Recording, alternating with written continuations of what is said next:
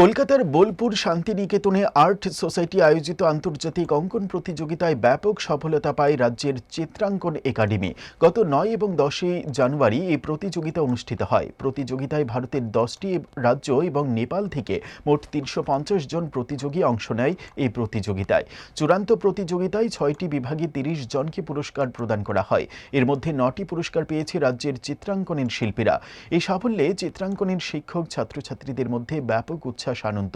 Bishalgarh press ক্লাবে আয়োজিত সাংবাদিক সম্মেলনে তাদের এই সফলতার চিত্র তুলে ধরেন চিত্রাঙ্কনের চেয়ারম্যান কৃষ্ণকান্ত দেবনাথ।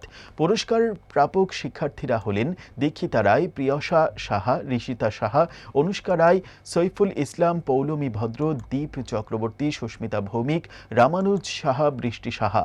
এদিনের সাংবাদিক সম্মেলনে শিক্ষার্থী সহ অভিভাবকরা উপস্থিত ছিলেন। দুঃখিত ৯ জানুয়ারি কলকাতায় শান্তিনিকেতনে প্রথম দিন স্ক্রল পেন্টিং হয়েছিল সকল ছাত্রছাত্রীদের নিয়ে। তারপর দ্বিতীয় দিন ১০ই জানুয়ারি ২০২৫ ইংরেজি চূড়ান্ত প্রতিযোগিতা হয়েছিল সারা ভারতব্যাপী এবং আমাদের প্রতিবেশী দেশগুলির ছাত্রছাত্রীদের নিয়ে। ওই চূড়ান্ত প্রতিযোগিতায় আমাদের চিত্রাঙ্কন আর্ট স্কুলের একটা বিরাট সাফল্য আসে। টোটাল ওইখানে ৬টা গ্রুপে টপ 5 করে ৬টা গ্রুপে টোটাল ৩০ জনকে পুরস্কৃত করা হয়েছিল। এর মধ্যে আমাদের বিশালগড়ের চিত্রাঙ্কন আর্ট স্কুলে ৬টা বিভাগে টোটাল ৯টা রবীন্দ্রনাথ ট্যাগর অ্যাওয়ার্ড